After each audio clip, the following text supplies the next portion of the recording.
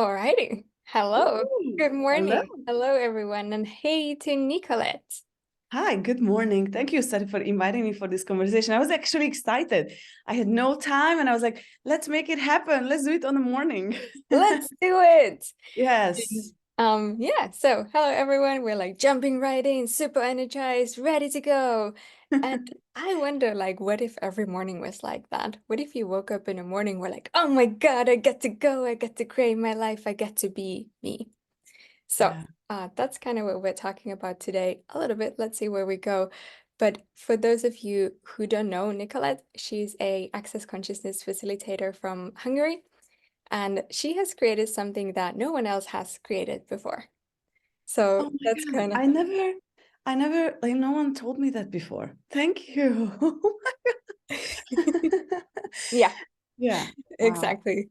So that's kind of what I also wanted to talk about today, creating something that no one has created before, and how do you actually get there? So um, Hmm. Hmm. So, what do you have created? You just had a bars class with 400 people. Yeah. We actually would have around 700. We just had no space and massage tables. So basically, the class was booked up a week earlier, and we had a huge, long waiting list. And it was just really interesting. So when we got to the venue the day before setting up the room, we realized we just wanted to make it sure that we can fit all the tables. And we have a friend, Agi. She has 200 massage tables here in Budapest because of my classes. So she was kind of like investing more and more. And we told her, I'm like, hey, I'm really sorry. We can't have 400 people in the room because it's just, we don't want to make it too tight and then you're uncomfortable. So we made it sure. But then when we got to the venue, she brought the tables. We were like, okay, we can fit more tables. It was 8 p.m. The class started the next morning. So my team started to call people on the waiting list, and people were screaming and yelling. It's like, oh,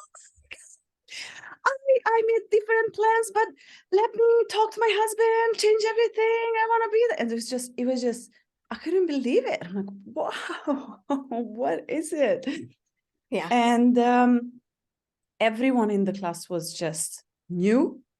Like 80% of the people were brand new, because when we started the class, I did the same gig that I used to do, people laughing, blah, blah, blah. And then no one were laughing. I'm like, okay. What's going on? And then I asked the question like, okay, how many of you guys already had a bar session?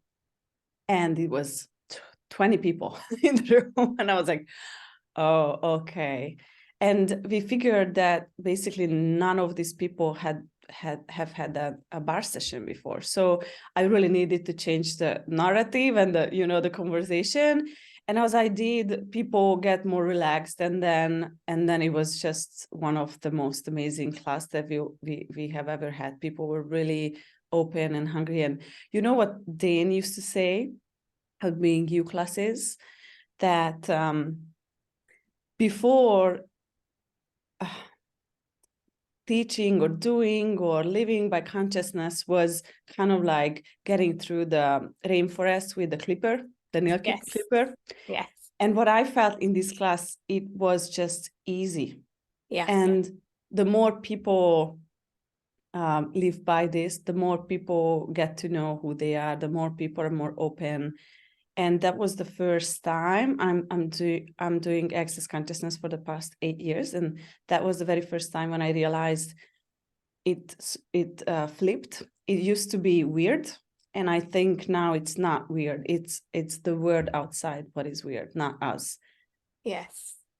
And all of these people were brand new, and no one of this class thought that any of those conversations were weird or different or something. They were like, oh, finally, she's putting into words everything I always knew.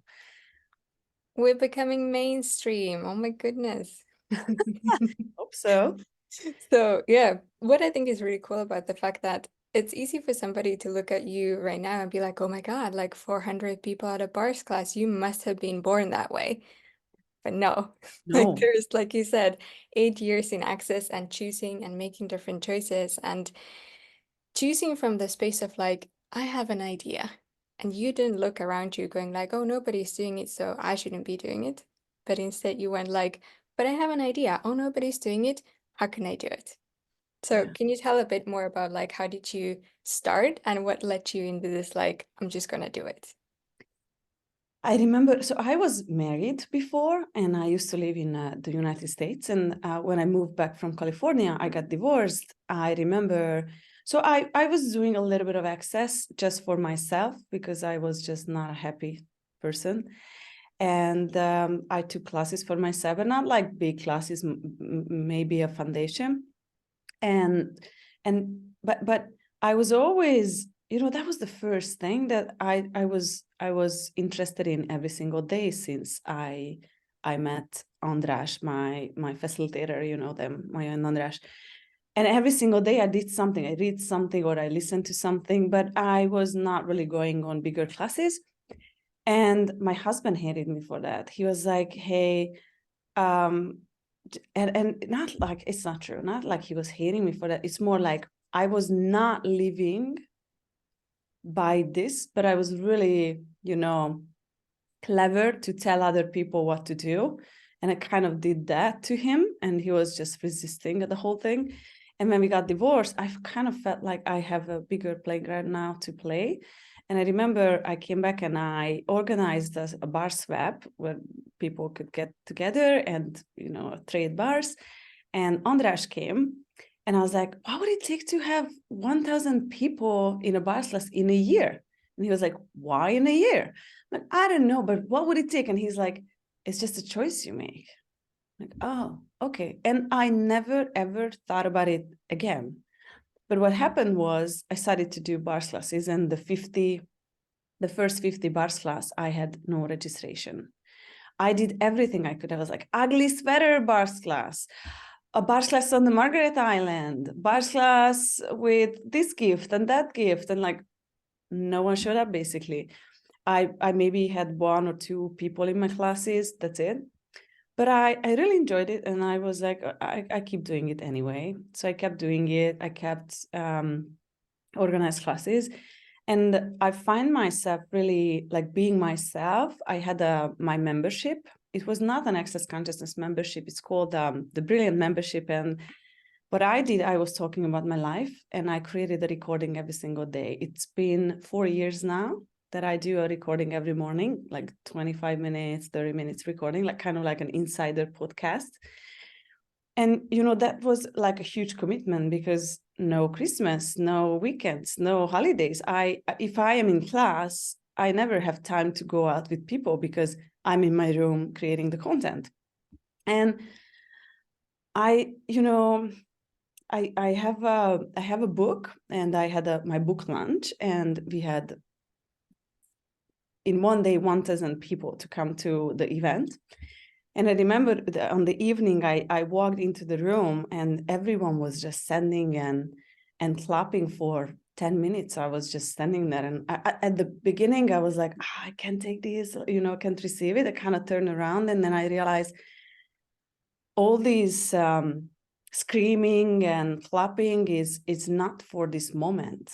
It's for the past 4 years when I was doing it every single day, when my friends were drinking cocktails, when my friends were on vacation, or, it's just people were hanging out. I wasn't. I was always just so dedicated doing this thing. And I realized that, so Gary said many things on the CF class, what we should do, and then that would work. And I guess not many people are really doing those things. And I realized early on, I will do everything he says because he's not stupid. So I started to do everything he said. So I called people, I talked to them on the phone.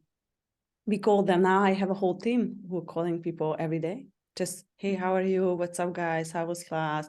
How are you feeling? We actually have a team who just, so on the membership, people are able to call my team to ask for recommendation, which, recordings they should listen to.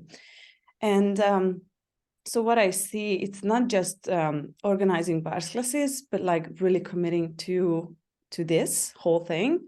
And I realized early on what Gary said is, don't try to be interesting, be interested. And when I changed that, then things started to change. I was really interested in people, and I know every single person who'd been to my class, what was their question, what they wanted from the class, all the stories. I just had an event a couple of weeks ago, and I saw a lady. I'm like, hey, oh my God, you inspired me so much with your car. I just bought the same car. And how is your nephew? And she was just shocked. Just how can you remember from all of these people what happened to me? I'm like, I don't know. That's my job, isn't it? And I realized I do many things that people feel like valued and listened to, and also just heard, and not in a way that, complaining, blah blah blah. It's just I'm there. When I'm there, I'm there, and I be with them. And when finally people started to come to my class, like 4 or 5 people, I was really clever. As I see now, I immediately find a person who was working with me. I just paid her hourly. I had not that much money back then, but as she came, we doubled my classes. And I realized it was during COVID 2020 that I had one class. We could fit 17 people, but we had a waiting list. So I was like, we had on the waiting list, we had another 17 people. I was like, okay, let's do podcast next weekend. So we did the next weekend. And I told to my assistant, I'm like, hey, let's look for another venue, because it was at kind of the end of the COVID. So we find a small hotel. It wasn't cheap. We went there, and we had so many people that we had tables on the outside of the room because we couldn't fit them. And our system wasn't that clever back then that we could handle, just like close the registration, blah, blah, blah. So we just had the registrations, and they're like, oh, too many people, what to do with them? And what I did, okay, so for the next podcast, let's look for another venue. So we went to a bigger venue. And then, it's when you go to bigger venues, because you work in classes and you have classes, it's like everything gets bigger, everything gets more expensive, and the bigger hotel wants even more money from you.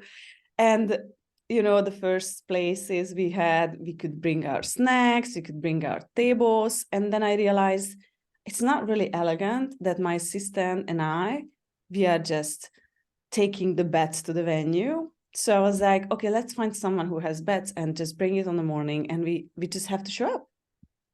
So we did that. And as my classes were growing, I hired another girl. And then we went to a bigger venue. So we had like already a 100-person class. And I realized I need another person who works with me. And I also realized that they really like to come to my classes, but if I honor them with giving them a good salary, then it just changed my reality, because I never had employees before. And I changed my business from self-employment to a company. So now we have this huge company. We created over $1 million this year in Hungary. And now the team is like 15 people, and we have contractors, like another 15 people. And it's just, I feel like every time I chose a little bit bigger, or one more, or a little bit bigger, and we ended up being in the biggest hotels in Hungary, and it's just so expensive. And, you have to pay ahead everything, and it's just a big investment. But then as we were growing and expanding, then the money came, and we were able to find do the financial on those classes. And now when we have a class, we really start to work on the class like 6 months before that, because it's just handling 400 people in a class. It's such a big job. And now only in the class we have almost 40 people working, just making sure that everything is super smooth.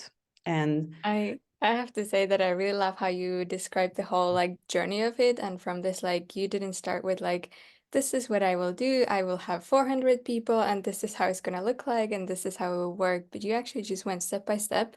Like, okay, yeah, next this. Oh, and then this is required. And oh, okay, now I have to change this. So really, like, for everybody listening, whatever it is that you would like to create, you don't have to know every single step. You just have to start. And when you start, and you take a step, that will reveal the next step. Yeah, absolutely.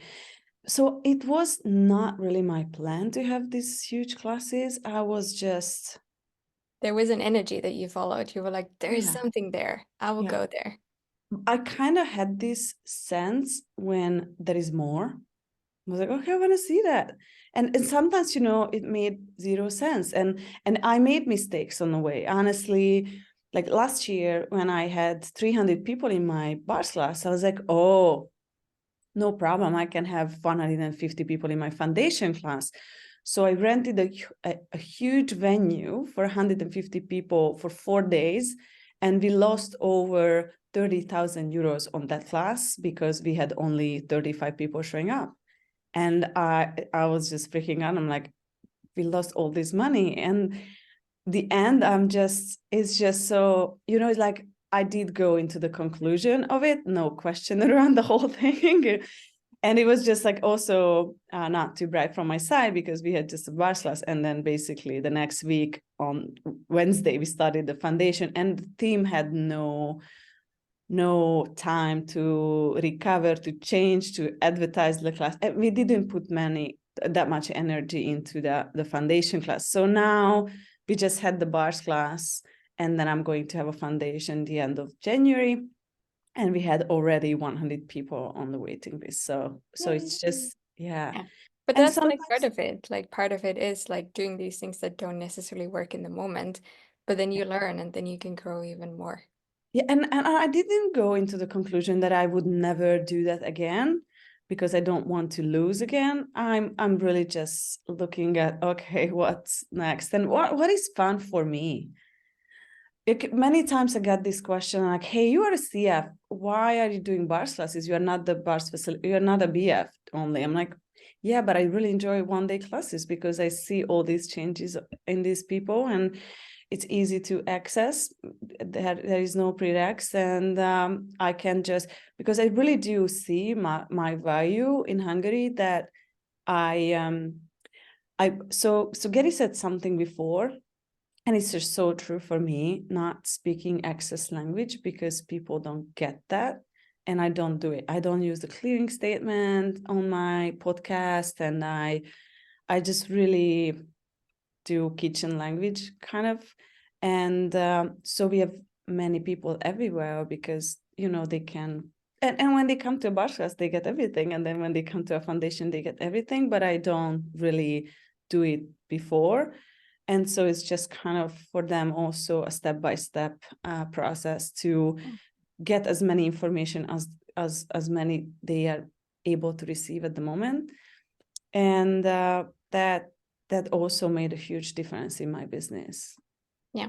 And you were willing to do it in your way and not look at like, oh, I am a CF or whatever I am, so I should be doing these things that everybody else is doing. But like, how many people are even enjoying what they are doing? They're just doing it as a, I saw one person having fun with this, so maybe I will have fun with it instead of really going like, what would actually work for me and what is my unique place in the economy of consciousness? Like, what can I uniquely contribute? Because that'll also be way more fun for you. Yeah, yeah, I think so. So for me, it's and you know what was really interesting at the very beginning, I realized I enjoy my classes more when there are more people. I didn't really enjoy classes with one or two people. And don't get me wrong, I have a bunch of friends who really enjoy one-on-ones and doing smaller classes. I do sometimes. So sometimes we also do for my membership like a smaller Being You class, like a 1-day class or a 2-day class. And it's just for like maximum 20 people only on my list. And I enjoy those too because every class creates something different. But I realized one day I had this information. I was sitting in a coffee shop and I got like, Nikolett, your measure is a lot. Go for it. And I'm like, okay, thank you. And I remember this bars class, I walked into the room and my business partner, he came to me, he's like, this class is so small for me. You walked in like you came to get a morning coffee. I'm like, I know. It's just that was so natural, or it's just like it was like, that's me, that's my, I love it. Many people, come guys, let's do this, let's change something together. And it was really, really amazing. And a good point about how often it's like easy to go into thinking like it would be easier if it's not too big, but for most of us, it has to be big for it to actually be interesting enough for you to get there. Because if you start like creating too small, then it's like most of us actually fail because it is too small. So it's not interesting to you. It doesn't like push you to truly tap into your unique capacities with the creation and actualization. So then it just doesn't happen. And then you're like, oh no, I failed. It didn't work out because you were aiming for too small. So there's a really cool key for success there as well. Aim for bigger. I know Andras. There are two things that was really interesting when I met him first. So my husband, he was a really successful real estate investor. And I learned so much from him, so much. We are good friends now. And I remember when we got divorced and I came back and I was like, hey, Andras, I need someone who has money. That was my point of view. So from my family side, I always, they always were like, okay, Nikolett, just get a rich husband and you're going to be fine. And not just my family, but also my teacher in high school and even later. I remember the last day before my exam, the end exam at my high school, my English teacher and my math teacher, the whole class, we were like, hey, teacher, what do you think? What we gonna be when we grow up? And they went through the whole class. And when they came to me, they are like, oh, Nikolett, just get a rich husband, then you're gonna be fine. And I was like, I was sitting there, I felt so embarrassed. I'm like, thank you. And, it's two things what happened to me. One is I bought into and I resisted. So I wasn't in allowance of it. So basically I was creating this kind of life when I always have had a rich husband or a boyfriend or something, and I made them as a source. But I was really unhappy in the relationship very soon. And I ended the relationship, or they did, whatever. And then I kind of did this loop again and again. So relationship, working, money, not working, back, no money. I started to create my life.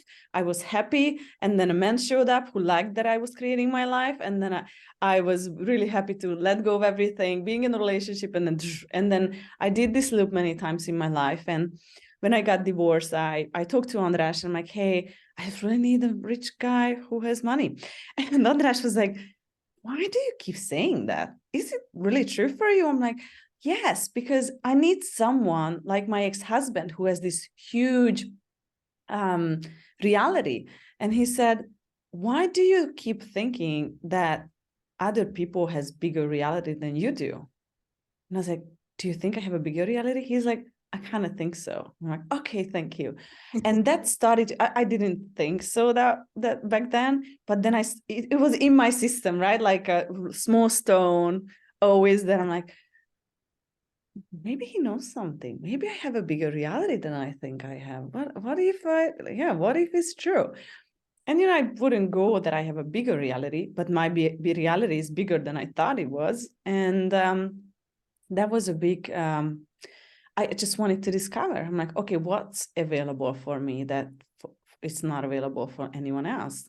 And that's And basically beyond like all the upbringing and all the like the school and what your parents and everyone said, like, here's what you can have as your reality. And you're like, maybe that's not the case. Maybe there's something else. And how often like people try to fit into this, like this is the reality that you're handed, or your teacher is like, get a rich husband and that's all you can have.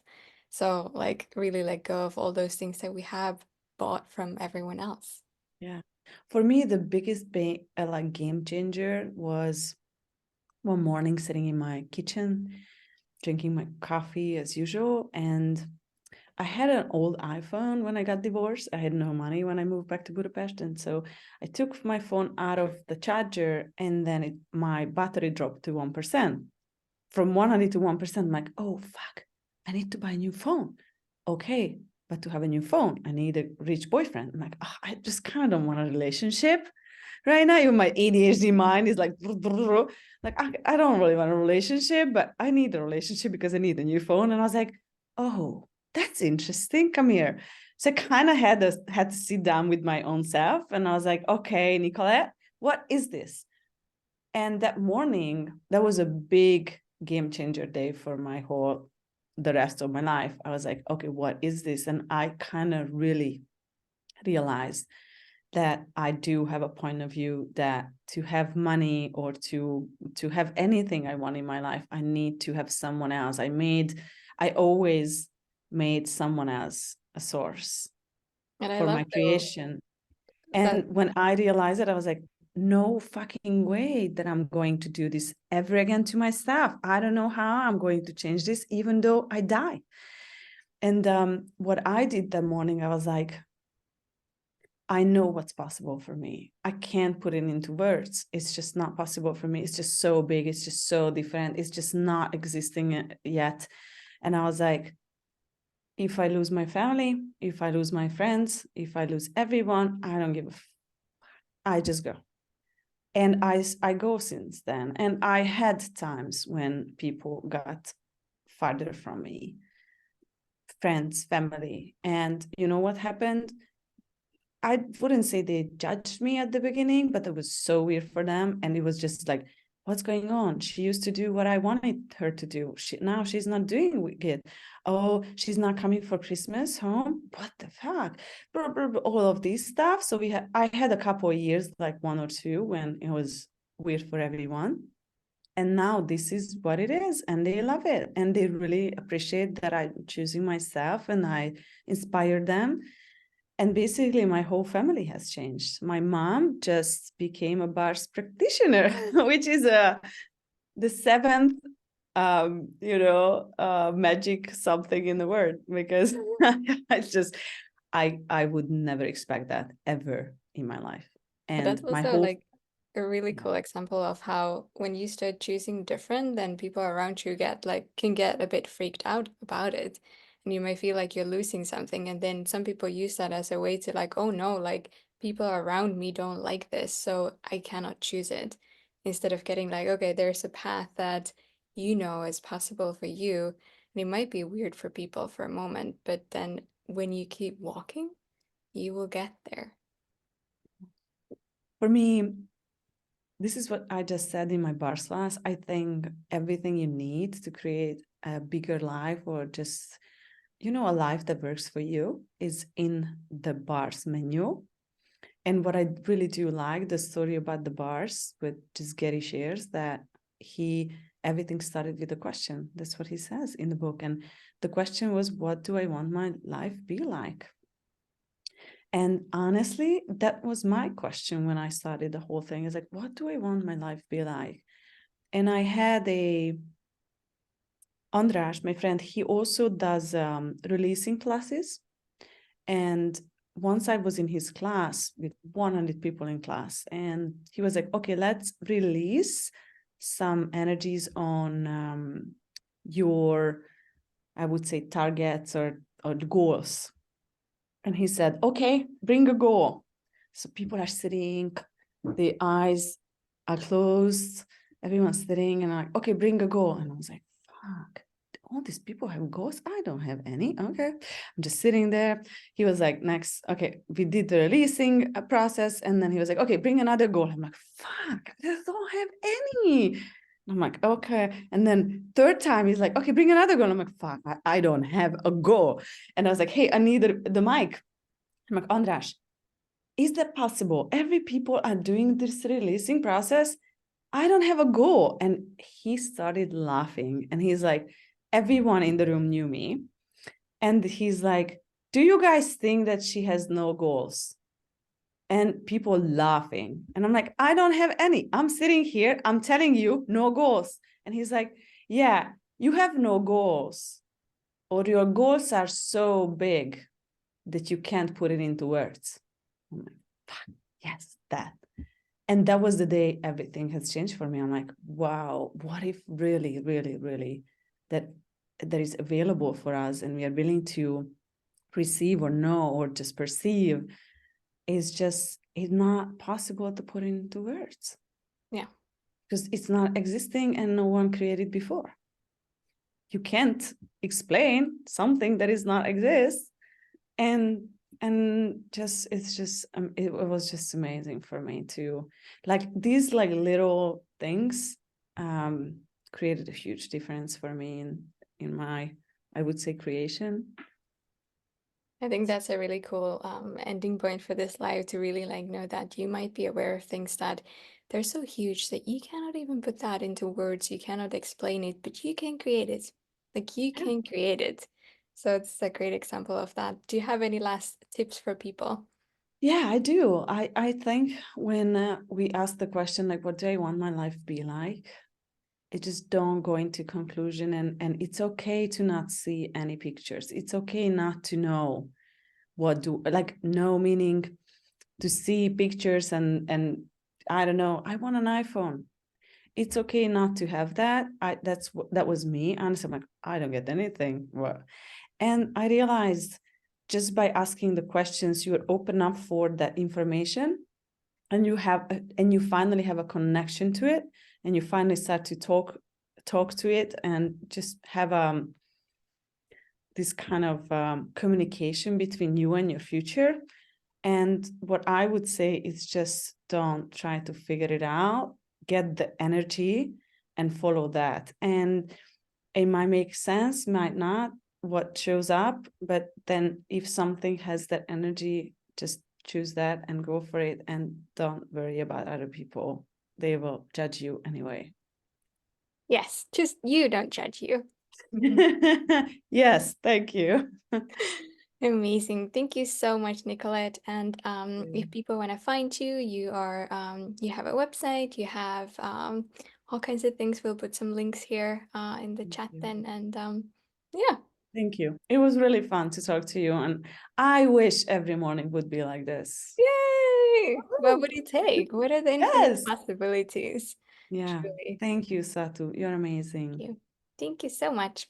Thank you. Bye-bye, everyone. Bye, guys.